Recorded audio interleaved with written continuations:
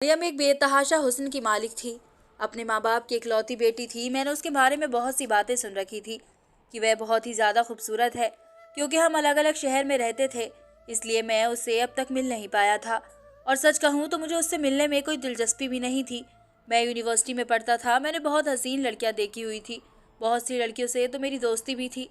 इसलिए मुझे ना तो मरियम में कोई दिलचस्पी थी और ना ही उसकी खूबसूरती में। लेकिन मेरी माँ ने तो शायद उसकी इस बात को अपनी ज़िंदगी का मकसद ही बना लिया था।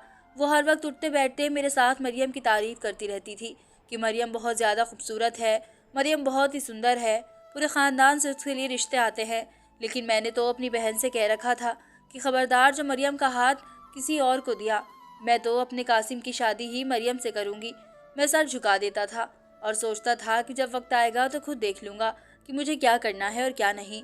खैर, यूनिवर्सिटी से हमें गर्मियों की छुट्टियां थी और फिर कराची में एक तरफ की शादी आ गई, तो माँ भी सवार थी कि वह मुझे अपने साथ लेकर ही जाएगी। मैंने तो उनसे कहा था कि मैं अपने दोस्तों के साथ वही घूमने जाना चाहता हूँ, इसलिए मैं शादी में नहीं जाना चाहता हूँ। लेकिन माँ को कौन समझा सकता था। उन्होंने तो साफ साफ कह दिया था कि अगर कासिम जाएगा तो मैं जाऊँगी, नहीं तो मैं घर पर ही रहूँगी। मेरी बहनें भी माँ की बात सुनकर परेशान हो गई थी। अब उन्होंने भी यही कहा कि अगर तुम्हारी माँ इतने प्यार से कह रही है तो उनकी बात मानने में कोई हर्ज नहीं है, इसलिए अपनी माँ के साथ चले जाओ। मैंने कहा चला जाता हूँ, अपने कजिन से भी मुलाकात हो जाएगी। मैं माँ और बहाने और कराची के लिए शादी चले गए थे। वहाँ का माहौल बहुत ही अच्छा था, इसलिए मुझे वहाँ बोरियत का एहसास नहीं हुआ था। मेरे हम उम्र के बहुत सारे मेरे कज़न थे जो मुझे हमेशा हंसने पर मजबूर करते रहते थे। अपनी बातों बातों में ही दिन गुजर जाता था और पता भी नहीं चलता था। खैर, यहाँ आकर मैं मरियम का नाम कई बार सुना। आखिरकार एक बार मेरी मरियम से मुलाकात हो ही गई। मैंने जब उसे पहली बार देखा था तो सोच में पड़ गया कि मरियम की जितनी तारीफ मैंने सुनी है वो बिल्कुल सही है, क्योंकि वो वाकई में बहुत ज़्यादा अच्छी थी। लेकिन हमारी ज़्यादा बातचीत नहीं हुई। सलाम दुआ के अलावा और कोई सी बात ही नहीं हुई। यूं ही शादी के टाइम में वक्त गुजरता जा रहा था कि मैं काफ़ी इंजॉय भी कर रहा था। मैंने अपने कज़न के मुंह से ही सुना था कि मरियम बहुत नखरीली है, वह तो उठकर पानी का गिलास भी नहीं पीती है, और भी तरह तरह की बातें मैंने उसके बारे में सुन रखी थी। ये बारात के बाद के दिन की बात है, जब मैं अपना सफ़ेद सूट हाथ में रखे माँ को तलाश कर रहा था। मैं उनसे अपना सूट प्रेस करवाना चाहता था, लेकिन वो मुझे कहीं पर दिखाई नहीं दे रही थी। ये बात नहीं है कि मैं कोई आराम पसंद शहजादा था जो काम करना गलत समझता था। मैं अपने पैंट शर्ट को तो प्रेस कर लिया करता था, लेकिन शलवार कमीज पर मुश्किल से होती थी। खैर, मैं अपनी माँ को ढूंढ रहा था, तब मुझे मरियम नजर आई। कहने लगी कि आपको खाला से क्या कहना है। मैंने अपने हाथ में पड़े सूट की तरफ इशारा कर कर बोला कि मुझे प्रेस करवानी थी। तब मरियम ने हाथ आगे बढ़ा दिया और बोली कि लाइए मैं कर देती हूँ। मैंने कहा नहीं नहीं, इसकी ज़रूरत नहीं है, माँ मुझे मिल जाएगी, मैं उनसे करवा लूँगा। तो मरियम कहने लगी, आप खाला को बिना वजह परेशान क्यों कर रहे हो? जब मैं आपकी मदद करना चाहती हूँ तो परेशानी किस बात की है? मैंने सोचा कि ठीक है। मैंने मरियम को अपने कपड़े प्रेस करने के लिए दे दिए। उसने भी मुझे वापस कर दिया था। मरियम के रवैये से बहुत ज़्यादा खुश हुआ था। मैंने तो सुन रखा था कि वह ज़्यादा घमंडी है, लेकिन मुझे तो ऐसा बिल्कुल भी नहीं लगा था। फिर रोज़ दिन गुजरे तो मेरे सर में दर्द होने लगा और मुझे चाय की ज़रूरत थी, और उस टाइम मरियम ही मेरे काम आई थी। उसने मुझे चाय बना कर दी थी। मैंने उसे अक्सर माँ के आसपास ही देखा था। बस इन्हीं बातों की वजह से मुझे वह अच्छी लगने लगी थी। मैंने महसूस किया था कि बाकी लोगों के साथ उसका रवैया बिल्कुल ख़राब सा था, लेकिन मेरी माँ से बहुत ज़्यादा प्यार करती थी। एक दिन मैं और माँ कमरे में बैठे हुए थे। मरियम भी वहीं पर आ गई और कहने लगी कि मेरी बहू आ गई। इस बात पर मरियम शर्मा गई थी और उठकर कमरे से बाहर चली गई थी। उस अदा ने तो मेरा दिल ही ले लिया था। मैं तो बहुत ही ज़्यादा खुश हुआ था कि मरियम जैसी हसीन लड़की मेरे नाम से शर्मा गई है। बाकी का सीन तो मरियम की अटेंशन हासिल करने के लिए मरे जा रहे थे, इसलिए मैंने इस बात को बड़ा चढ़ाकर बताया था कि मरियम मेरे नाम पर बहुत ज़्यादा खुश होती है। खैर, माँ ने कराची में ही खाला से मेरे लिए मरियम का हाथ मांग लिया था। खाला ने झट से हाँ कर दी थी। तो माँ ने कहा कि कराची में सारे रिश्तेदार जमा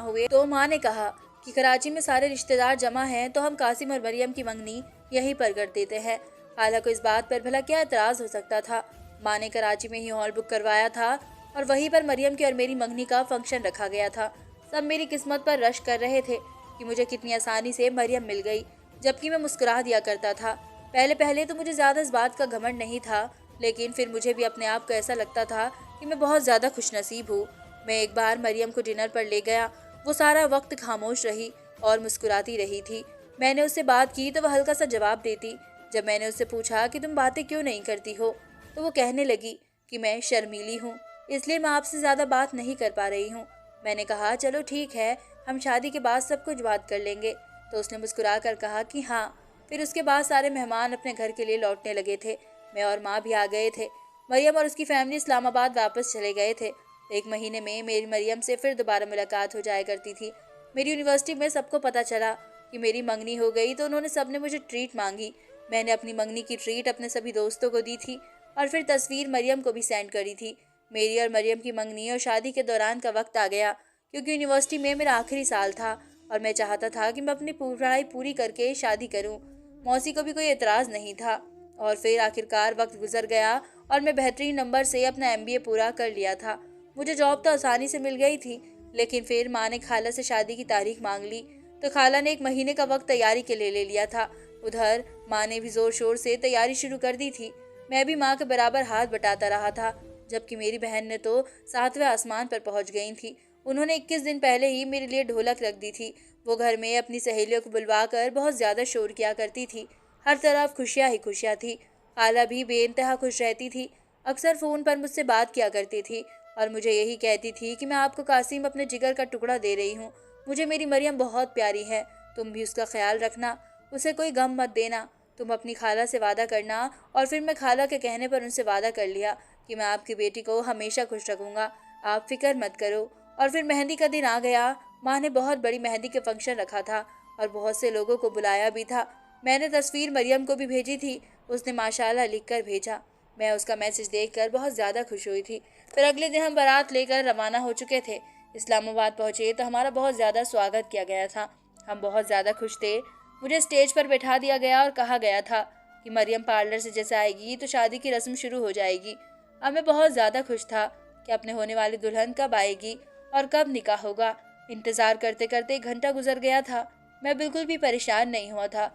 मुझे पता था कि लड़कियों की तैयारी को देर ही लगती है, लेकिन जब दूसरा घंटा शुरू हुआ तो मैंने खाला और माँ के चेहरे पर परेशानी देखी। मैं तो तब भी उदास नहीं हुआ था, क्योंकि मुझे पता था कि मेरी मंगेतर आ जाएगी। लेकिन जब तीसरा घंटा शुरू हुआ तो मैं भी परेशान हो गया और फिर हॉल में बातें शुरू होने लगी थी। और फिर यह दिल दहलाने वाली खबर मेरे कानों में पड़ी कि मेरी मंगेतर बारात छोड़कर भाग चुकी है। ये बात सुनकर मुझे ऐसा लगा कि ज़मीन और आसमान मेरे ऊपर गिर गए हो। मैं बैठे का बैठा ही रह गया था। हर कोई मुझे अजीब नज़रों से देख रहा था। लोग यही सवाल कर रहे थे कि दूल्हे में किस चीज़ की कमी थी। अच्छा भला तो है, फिर दुल्हन उसे छोड़कर क्यों चली गई है। ये बातें मेरे दिल पर हथौड़े की तरह बरस रही थी। मेरी आंखों में आंसू आ गए थे। मेरी माँ ने मेरा हाथ पकड़ लिया और मुझसे कहने लगी कि हिम्मत करना मेरे बच्चे। मैं माँ से बोला कि अब क्या होगा, तो माँ कहने लगी तुम फिक्र मत करो, मैं तुम्हारी इज्जत खराब नहीं होने दूंगी, मैं कोई ना कोई इंतज़ाम ज़रूर कर दूंगी। मैंने सर हिला दिया और फिर माँ न जाने कहाँ से एक लड़की को ढूंढने के लिए ले आई थी और उसे मेरे सामने बैठा दिया था। मैंने माँ की तरफ सवालिया नज़रों से देखा तो वह कहने लगी कि मैं तुम्हारी शादी इस लड़की से कर रही हूँ। इस मुश्किल की घड़ी में इसी ने मेरा साथ दिया है। इस तरह कम से कम तुम्हारी इज्जत बच जाएगी। मर्द को इस दुनिया में जो सबसे ज़्यादा प्यारी चीज़ होती है वो इज्जत होती है। मोहब्बत भी कई दूसरे दर्जे पर होती है, इसलिए मैंने उस वक्त अपनी मोहब्बत के जाने का दुख नहीं किया था। बस इसी में शुक्र किया था कि मेरी इज्जत बच गई है। मेरा निकाह कर दिया गया और वह अनजान लड़की मेरी बीवी बनकर मेरे घर पर आ गई थी। खाला ने मेरे सामने हाथ जोड़ दिए और कहने लगी कि बेटा मुझे तुम माफ़ कर दो। मैं तो कभी ख्वाब में भी नहीं सोचा था कि मेरी लड़की ऐसी हरकत करेगी। मुझे पता है कि ये वक्त तुम्हारे लिए बहुत भारी है, लेकिन मैं इस वक्त तुम्हारे लिए कुछ नहीं कर सकती हूँ। तुम अपनी बेबस खाला को माफ़ कर देना। तुम तो अब चले जाओगे, लेकिन हमें दुनिया वालों को जवाब देना पड़ेगा। लोग हम पर उंगलियां उठाएंगे, थू थू करेंगे। अगर तुम्हें महसूस हो कि तुम्हारा गम बड़ा है तो तुम अपनी इस खाला को याद कर लेना, तो तुम्हें अपना दर्द बहुत कम लगेगा। मैंने खाला से कहा कि तुम फिक्र मत करो, आपको मेरी किसी भी किस्म की मदद की ज़रूरत होगी तो मैं आपके काम आने में खुशी महसूस करूँगा। खाला ने मेरे सर पर हाथ फेरा और मुझे दुआएं देकर रुखसत कर दिया। वापसी का सफ़र तो पहाड़ बन गया था। मेरा तो किसी के साथ बोलने का मन ही नहीं कर रहा था। मैंने कभी ख्वाब में भी नहीं सोचा था कि मुझे इस तरीके की बेइज्जती का सामना करना पड़ेगा। अब ये बात मेरे साथ हमेशा के लिए रह जाएगी कि मेरी होने वाली दुल्हन मेरी बारात छोड़कर भाग गई थी।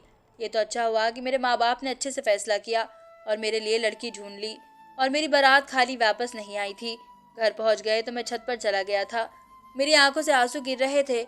मेरी माँ भी मेरे पीछे आ गई थी। उन्होंने मेरे सर पर हाथ रखा और कहने लगी कि बात मैं जानती हूँ, तुम परेशान हो, तुम्हारा दिल दुखा है, लेकिन तुम मेरी बात सुनो। वह लड़की जो तुम्हें रुसवा कर कर चली गई है, उसके खातिर कभी भी उस औरत को दुख न देना जो तुमसे शादी कर कर यहाँ पर आ गई है। तुम्हारी इज्जत बचाने के लिए उसने फौरन हाँ कर दी। अब तुम्हारा ये फर्ज बनता है कि तुम इसे कभी भी इस बात का एहसास न दिलवाओ कि उसने तुमसे शादी करके कोई गलती की है। तुम इसे हमेशा खुश रखने की कोशिश करना। अब जाओ, अपने कमरे में चले जाओ। मैंने सर हिला दिया। माँ नीचे चली गई थी। मैंने सोचा कि माँ बिल्कुल ठीक कह रही है। मुझे एक बेवफा इंसान के खातिर किसी दूसरे इंसान का दिल नहीं दुखाना चाहिए, इसलिए मैं नीचे आ गया था। मेरी दुल्हन घूंघट ओढ़ कर बैठी थी। मैं हर चीज़ से बेखबर था। मेरा तो दिल नहीं चाह रहा था कि मैं अपनी दुल्हन का घूंघट भी उठाऊं, लेकिन फिर मजबूर हो गया और उसके सामने जाकर बैठ गया। मैं बोला कि तुम जो कोई भी हो, मुझे इस बात का अंदाज़ा नहीं है, लेकिन मैं तुम्हारा शुक्रगुजार हूँ कि तुमने मेरी इज्जत बचा ली है और मुझसे ही शादी कर ली है, नहीं तो मैं आज रुसवा और जलील हो जाता। इतना कहकर मैंने जब घूंघट पलटा तो मैं देखकर हैरान रह गया कि मेरे सामने और कोई नहीं बल्कि जुवेरिया बैठी थी। ये मेरे चाची की बहन की बेटी थी। ये भी कराची शादी में आई हुई थी। जुवेरिया एक अच्छी लड़की थी। शादी में उससे मेरी काफ़ी अच्छी दोस्ती हो गई थी और हम काफ़ी बातें भी क्या करते थे। मैंने कहा, जुवेरिया तुम यहाँ पर? तुम मुस्कुरा कर कहने लगी कि हाँ कासिम, जब तुम्हारी दुल्हन चली गई और आंटी परेशान सी थी कि अब वे क्या करे, तो मैंने उनसे कहा कि मैं आपके काम आ जाऊंगी। उन्होंने मुझे बहुत सारी दुआएं दी और फिर एक दोस्ती तो दूसरे दोस्त की मुश्किल में काम आता है। मैं भी बस दोस्ती का फ़र्ज़ निभाया है।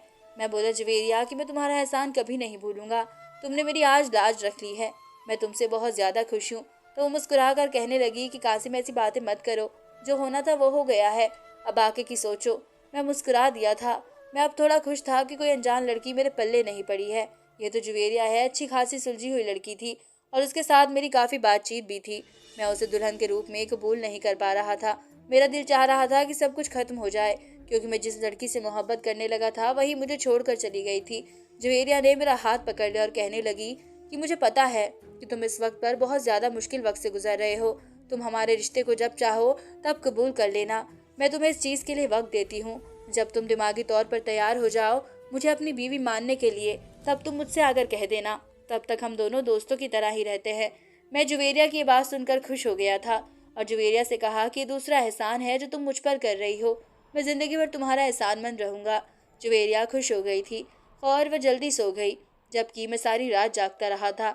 मैं अपनी बेइज्जती को भुलाता तो भुलाता कैसे, मोहब्बत याद आने लगती थी और मोहब्बत को भूल जाता तो वो हरकत जो लोगों की आंखों में मेरे लिए थी वो मुझे याद आने लगती थी। मैं बड़े मुश्किल वक्त से गुजर रहा था। मैंने अपने ख्यालों में मरियम को सोचा और उससे कहा कि तुमने मेरे साथ बहुत गलत किया है। अगर तुम जिंदगी के किसी भी मोड़ पर मुझे मिल जाओ तो मैं नफरत से मुंह मोड़ लूँगा। माँ ने मुझे कहा कि कासिम अब तुम्हारा वलीमा करना चाहते हैं। मैंने इनकार कर दिया कि मैं आप लोगों की और बातें नहीं सुन सकता हूँ। तो माँ कहने लगी कि तुमने ही दुनिया वालों का सामना भी तो करना है ना। अब हर किसी को तो मालूम नहीं है कि तुम्हारी बीवी भाग गई है और जिसे तुम ब्याह कर लेकर आए हो और कोई है। अगर तुम वलीमा नहीं करोगे तो लोग उसके पीछे छुपी वजह को तलाश करने लगेंगे और जिसे नहीं मालूम उसे भी पता चल जाएगा कि मरियम तुम्हें छोड़कर जा चुकी है। फिर मजबूरी आगे आ गई थी, इसलिए मैंने अपनी माँ की बात मान ली और एक अच्छा खासा वलीमा किया था। मैं ऑफिस से 2 छुट्टियाँ ली थी, वह मैं सोफे पर पड़े पड़े गुजार दी थी। मैं हर वक्त सोच में गुम ही रहता था। जुवेरिया मेरा दिल चोरी करने की कोशिश करती थी, लेकिन मैं उसे भी कह देता था कि मुझे माफ़ कर दो, मैं इस वक्त बात करने के मूड में नहीं हूँ। तो वह चुपचाप चली जाती थी और कहती थी कि मैं आपको तंग नहीं करूँगी। खैर, मैं इस चीज़ के लिए जुवेरिया का बहुत ज़्यादा शुक्रगुजार हूँ कि उसने मुझ पर किसी किस्म का दबाव डालने की कोशिश नहीं की थी। उसने एक दिन भी मुझे ये नहीं कहा कि मैंने तुमसे शादी करी है, तुम्हारे लिए कुर्बानी दी है और तुम मुझे क्या दे रहे हो सिवाय उदासी और दुखों के। यूं ही 3 महीने गुजर गए थे। मैं ऑफिस जाना भी शुरू कर दिया था।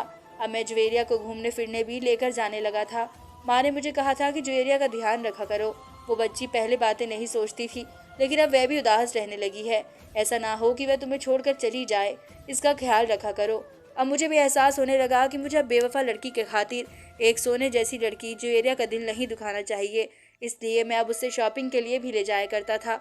मैंने अपनी शादीशुदा ज़िंदगी का आगाज़ कर दिया था, इसलिए मैं जुवेरिया को हनीमून के लिए ले गया था। जुवेरिया बहुत ज़्यादा खुश थी। वो कहने लगी कि मुझे मेरे सब्र का फल मिलेगा। पहले तो मैं सोचने लगी थी कि मैंने आपसे शादी कर कर बहुत बड़ी गलती कर दी है, लेकिन नहीं, अब मुझे एहसास है कि आप बहुत ज़्यादा अच्छे इंसान हो और मुझे ज़िंदगी की बहुत सारी खुशियाँ दे सकते हो।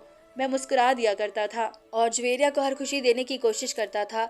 मैं उसे महंगे से महंगे कपड़े दिलवाता था, उसे बाहर खाना खिलाने के लिए ले जाया करता था, उसके लिए सोने गहने दिलवाया करता था।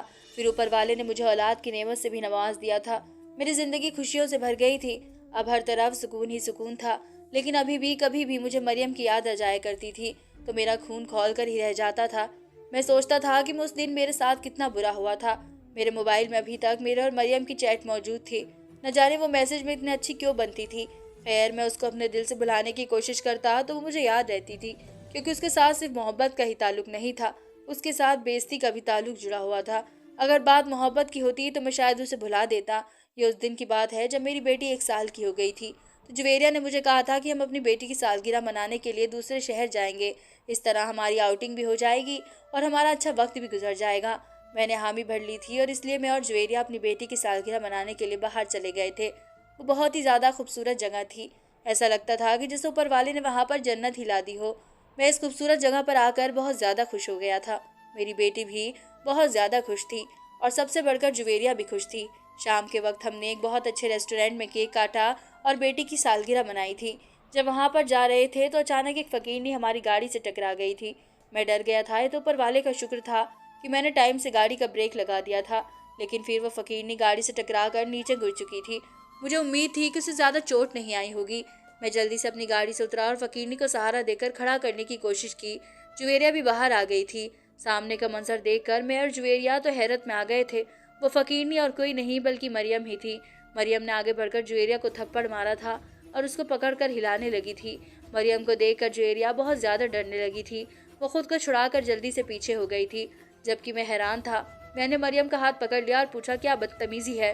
तुम क्या कर रही हो? तुम मेरी बीवी पर हाथ भी कैसे उठा सकती हो? यहाँ से भाग जाओ। कहीं ऐसा ना हो कि तुम्हें मैं पुलिस के हवाले कर दूं और जिंदगी भर जेल में सड़ती रहो। मरियम कहने लगी, जेल में तो इस औरत को जाना चाहिए जो मरे मन से तुम्हारे कंधे से कंधा मिलाकर फिर रही है। ये घटिया औरत, इसने मेरी जिंदगी खराब कर दी है। मैंने कहा कि तुम क्या बकवास कर रही हो? मेरी बीवी ने तुम्हारी जिंदगी बर्बाद नहीं की, बल्कि तुमने अपनी जिंदगी खुद बर्बाद की है। तुम्हें याद है ना कि तुमने मुझे कितने लोगों के सामने रुसवा कर दिया था? तुम मेरी बारात छोड़कर भाग गई थी। मैं तुम्हें इस चीज़ के लिए उम्र भर माफ़ नहीं कर सकता और मेरे सामने से ज़्यादा ड्रामा करने की ज़रूरत नहीं है। अगर नहीं चाहती हो कि मैं पुलिस को फ़ोन करूँ तो यहाँ से चली जाओ। मरियम कहने लगी कि मैं यहाँ से जा तो रही हूँ, लेकिन मेरी एक बात याद रखना, यह औरत जिसके साथ तुम अपनी ज़िंदगी गुजार रहे हो ये धोखेबाज है। इसने मेरे साथ धोखा किया है। मैं एक टाइम के लिए चौंक गया था। जवेरिया ने मेरा हाथ पकड़ा और कहा कि चलो यहाँ से। जाने क्या क्या बोल रही है। इसकी हालत देखो, इसने जो तुम्हारे साथ किया है ऊपर वाले ने उसे इसका फल दे दिया है। यहाँ से चलो। तो मरियम कहने लगी कि जवेरिया, तुमने जो मेरे साथ किया है उसका फल तुम्हें मिले ना मिले, लेकिन तुम्हारी बेटी के सामने ज़रूर आएगा। ये बात सुनकर मैं एक लम्हे के लिए डर सा गया था और मैंने कहा कि तुमने अपनी मनहूस ज़ुबान पर मेरी बेटी का नाम भी लिया तो कैसे लिया?